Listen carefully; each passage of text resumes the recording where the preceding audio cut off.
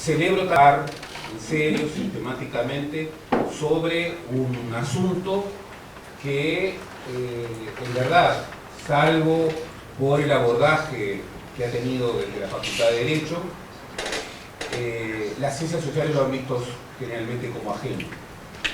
El Poder Judicial, no solo en el Uruguay, pero particularmente en el Uruguay, es el poder menos conocido, menos investigado, y suele ser el poder más decisivo, aún en un país presidencialista como este. En segundo lugar,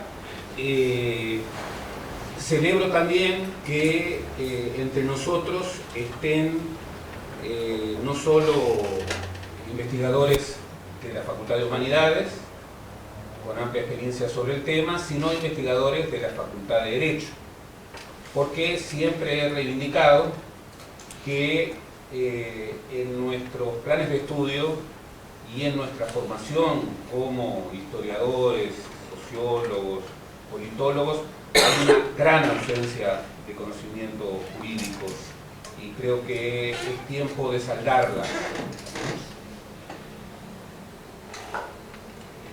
Yo coincido que la ley de caducidad, lo que señalaba Álvaro, es un punto de quiebre en la perspectiva de la justicia de la postdictadura. Y no por eso de buscar siempre el chivo expiatorio de lo que nos ocurre en algo que tiene que ver con la dictadura. No, hay problemas de la justicia que tienen que ver con el periodo más concretamente democrático. Pero, como dijo muy bien Pereira, el director de la diaria, que no es Gabriel, Marcelo Pereira, y esto me interesa mucho resaltarlo, el proceso de aprobación de la ley de caducidad de la pretensión punitiva del Estado es el momento de máxima primacía de la política sobre la justicia. Y doy solamente un hecho, entre muchos, que es un hecho que repito por sexta vez sin obtener nunca una respuesta. La aprobación de la ley de caducidad, la aprobación de la constitucionalidad de la ley de caducidad en abril de 1988 por esta Suprema Corte de Justicia, en realidad debió ser la aprobación de la inconstitucionalidad. Había 3 votos a favor de la inconstitucionalidad de la ley contra 2 a favor de la constitucionalidad. Y fue la presión militar y política la que a último momento cambió el voto de uno de los integrantes de la Suprema Corte de Justicia de entonces. Esto lo saben todos los dirigentes políticos de la época. Y a mí me lo dijo en forma personal nada menos que Jacinta Valvera de Delgue. Y yo le pedí reiteradas veces que por favor lo hiciera público. Y sin embargo Jacinta decía, él murió, no puedo hacerlo público. Entonces yo no lo voy a hacer público. Porque lo que interesa no es tanto el nombre. Lo que interesa es que en abril de 1988 la ley de caducidad pudo haber sido declarado, como debió haber sido declarada, inconstitucional. Yo quiero referirme, en el poco tiempo que tengo, a los procesos de justicia transicional, sus debates, que son debates en movimiento, en curso, y a la relevancia que tienen en esos debates el tema de los documentos represivos. No aquello por que los historiadores tenemos tanto el fetichismo del documento, sino bajo la pauta de conocimiento que en los procesos de justicia transicional la verdad no sale generalmente de los testimonios. Porque los testimonios no son veraces. Los asesinos, que también fueron chorros, porque cuando secuestraban, robaban, fueron y son mentirosos contumaces. Y esta es una característica tradicional de los procesos de terrorismo de Estado. Pero además, y y esto es relevante, los documentos tienen que ver con algo muy asociado con lo que el militar que ocupa un lugar en un proceso dictatorial es, que es un burócrata llevado a la máxima, al máximo señalamiento. Nosotros lo hemos visto con Álvaro. En plena dictadura, procedimientos, relatos pormenorizados de procedimientos por el operativo Cóndor en la provincia de Buenos Aires, firmado por el señor Gavazo, con la integración de todos quienes habían ocupado el TIM, eran fotocopiados y entregados a distintas dependencias del Estado, en el marco de una impunidad eterna. Los militares no destruyen los documentos, los guardan. No solamente los familiares hacen bien cuando no aceptan la destrucción de documentación, los historiadores hacen muy bien cuando no aceptan la destrucción de documentación. Y lo vemos a 34 años del final de la dictadura, cuando alguien tan siniestro como Gavazo mantiene documentación vinculada con los peores actos de su desempeño bajo la dictadura. Entonces, bajo el reconocimiento expreso de que hay un pacto de silencio, y seamos claros, el pacto de silencio involucra a militares y a civiles, pero involucra a civiles de todos los partidos. Y decir otra cosa es decir parte de la verdad.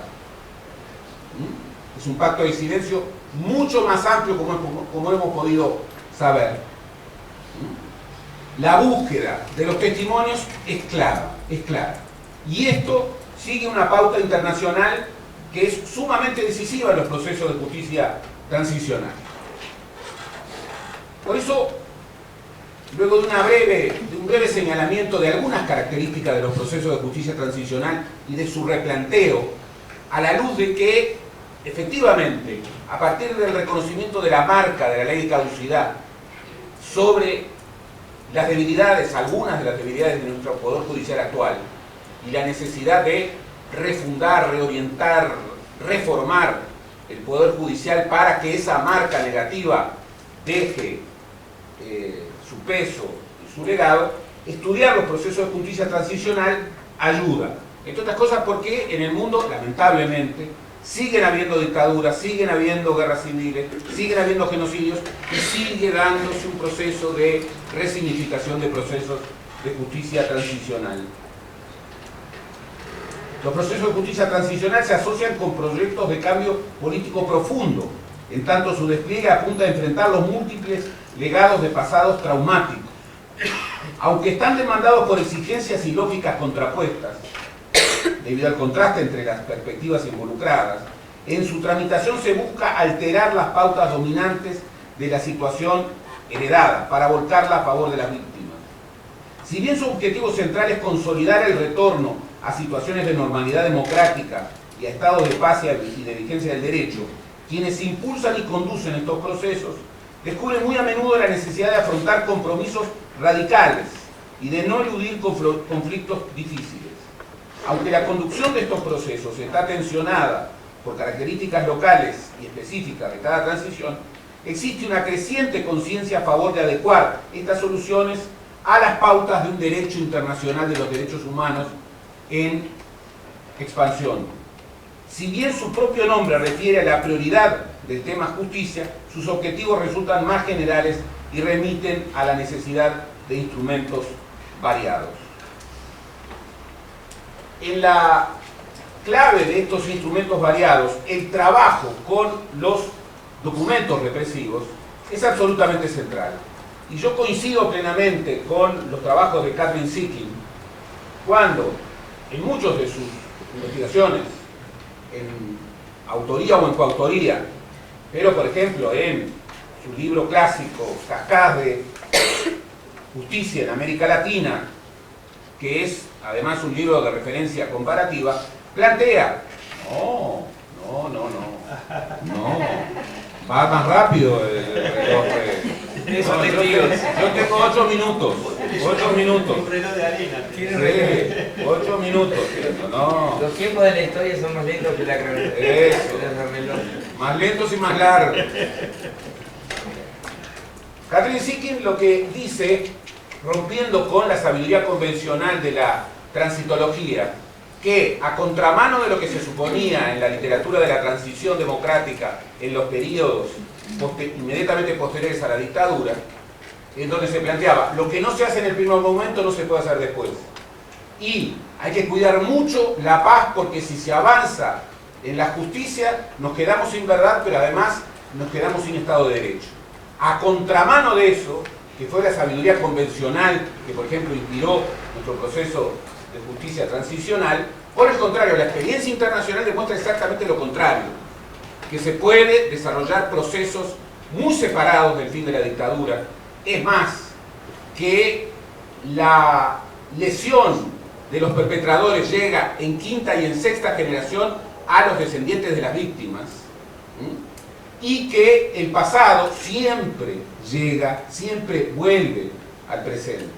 Con lo que la necesidad de volver una y otra vez sobre estos asuntos y de eludir cualquier perspectiva de punto final es absolutamente decisiva, entre otras cosas porque recupera valores sustantivos de la construcción democrática: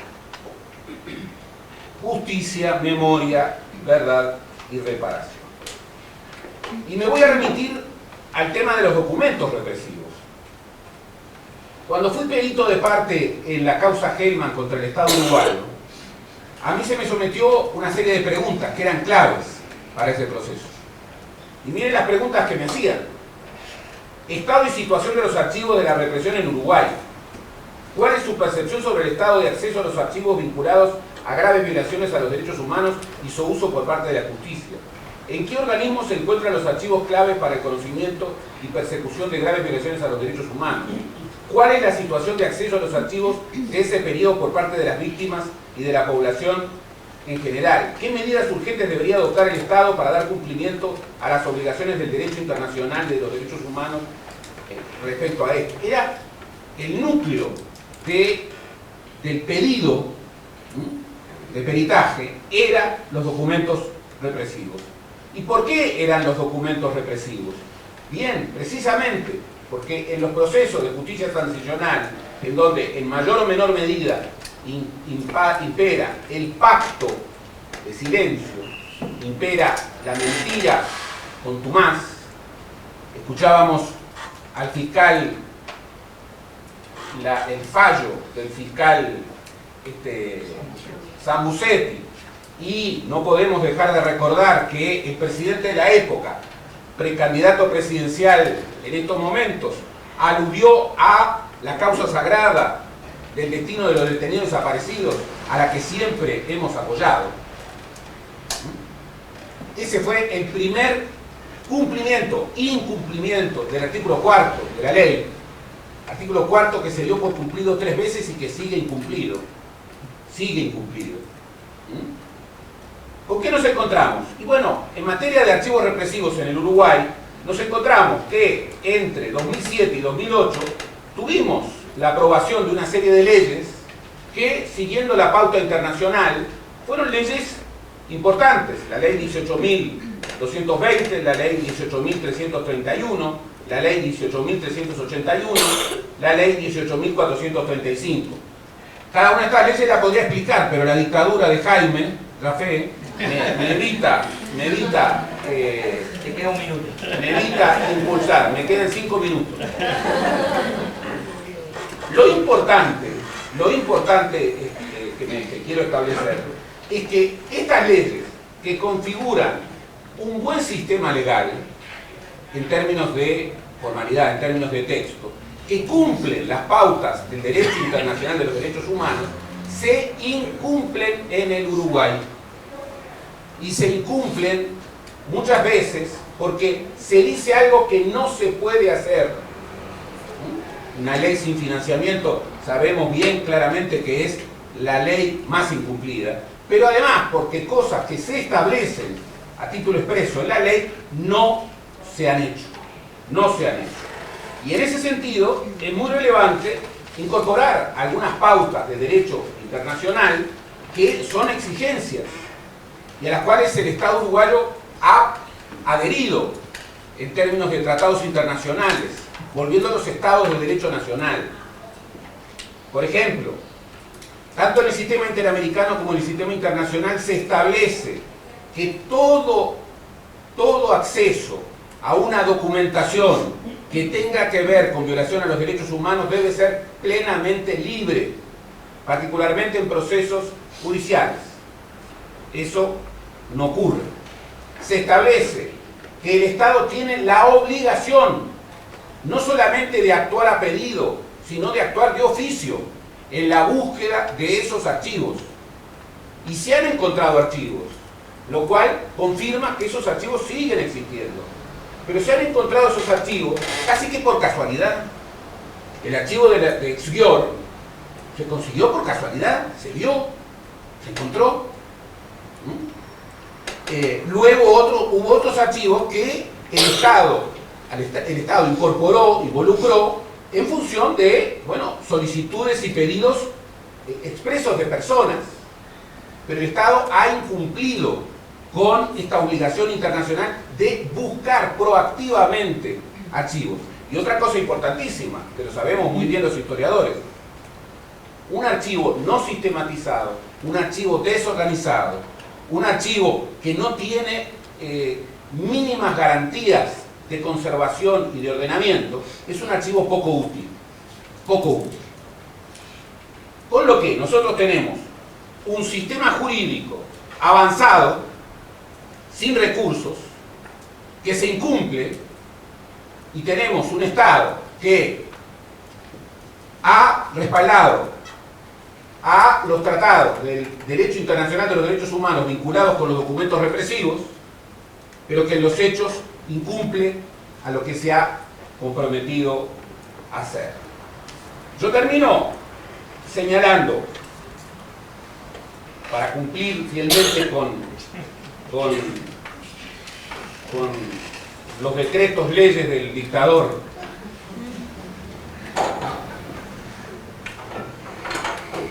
Álvaro sabe bien que hay un debate entre historiadores y jueces, y en la función del historiador en la actividad de la justicia. En lo que no hay debate, y no me voy a meter en ese debate ahora, porque no tengo tiempo, pero en lo que no puede haber debate es que en un país en donde se ha vendido y se sigue vendiendo el proceso de justicia transicional como un proceso ejemplar a nivel internacional, que se lo sigue vendiendo for export, que se lo sigue reconociendo como un mérito de estadista, tengamos un nivel de incumplimiento tan grave de pautas de derecho internacional que otros países con mucho menos prestigio democrático han cumplido. No necesito comparar, porque forma parte de nuestra identidad nacional, la distancia de la calidad de la democracia uruguaya de la calidad de la democracia de nuestros hermanos argentinos. Sin embargo, nuestros hermanos argentinos, que no forman parte de una democracia plena, cuando llegó el momento de la justicia transicional, fueron al lugar de la Dirección de Inteligencia de la Policía de la Provincia de Buenos Aires, expropiaron ese lugar en donde estaba, bueno, había 8 millones de documentos vinculados con prácticamente lo principal del Plan Cóndor, entre ellos la mayoría de los desaparecidos uruguayos. Lo presentaron y comenzaron a cumplir allí todos y cada una de las pautas internacionales.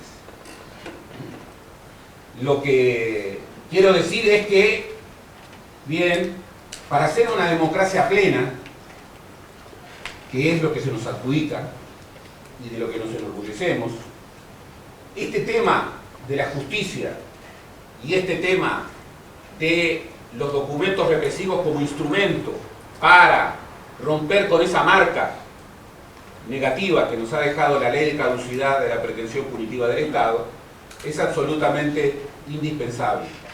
Ojalá. Yo no creo que en términos de justicia transicional, como en otros temas, sea bueno pensar en modelos. Porque una de las cosas que los estudios comparados y la Conrad de Adenauer tiene un muy buen estudio, creo que va a presentar la segunda edición de ese estudio mañana. Hoy a las 7. Ya me anoto para que con uno de los comas. Prueba que, bueno, las condiciones locales hacen que los procesos de transición no puedan ser iguales. Por ejemplo, la referencia al proceso sudafricano ha sido generalmente, en la enorme mayoría de los casos, una referencia basada en la ignorancia más absoluta. Acá muchas veces se dijo, vamos al proceso sudafricano, que es el perdón generalizado. Falso de toda falsedad. El proceso sudafricano es un proceso extraordinariamente radical que, primero, no es un perdón a tutti. Hay algunos casos que por su gravedad no pueden ser sometidos al proceso Ubuntu, dentro del marco Ubuntu, y aquellos casos que un ámbito judicial los pasa, la clave es la verdad, toda la verdad, incluso bajo las réplicas de los testigos y de los familiares, a cambio de la no justicia. Algo muy diferente a lo que se refiere. Por otra parte, yo creo que el caso uruguayo tiene infinitas fallas, y sí sé que el caso uruguayo, así como el caso español, tantas veces anunciado como modélico, bueno, pruebas a la vista. 34 años al final de la dictadura, nos encontramos con generales del ejército que, con tribunales de honor sobre algunos de los más connotados represores, bueno, hacen lo que hacen. Y yo los invito a que lean las actas, porque en las actas no solamente queda en evidencia eso, es decir, cómo tenemos un ejército en modo alguno democrático, sino también queda en evidencia una política militar, y esto también forma parte de los procesos de justicia transicional, que no ha avanzado en modo alguno en los procesos de formación de nuevos elencos militares. Pero, y vuelvo al caso argentino, en el caso argentino hay muchas cosas para aprender, muchísimas cosas para aprender en procesos de justicia transicional. Les voy a dar una sola, entre muchas otras, para cumplir las órdenes del señor comandante. En la Argentina, ya hace 20 años, cualquier ciudadano que quiere incorporarse laboralmente a una función pública o privada, directa o indirectamente vinculada con cuestiones de seguridad, debe pasar primero por un examen riguroso a ver si tuvo o no responsabilidad en temas de violación de los derechos humanos. Esto, que es una recomendación expresa de los procesos del derecho internacional de los derechos humanos, en el Uruguay no solo no rige, sino que rige exactamente lo contrario. Como todos sabemos, nuestra seguridad privada, muchas veces, en estos 34 años que nos llevan al final de la dictadura, ha estado en manos de, mano de obra experimentada en periodos de terrorismo de Estado. Una entre muchas otras. Esto se salvaría simplemente con una ley. No la vi.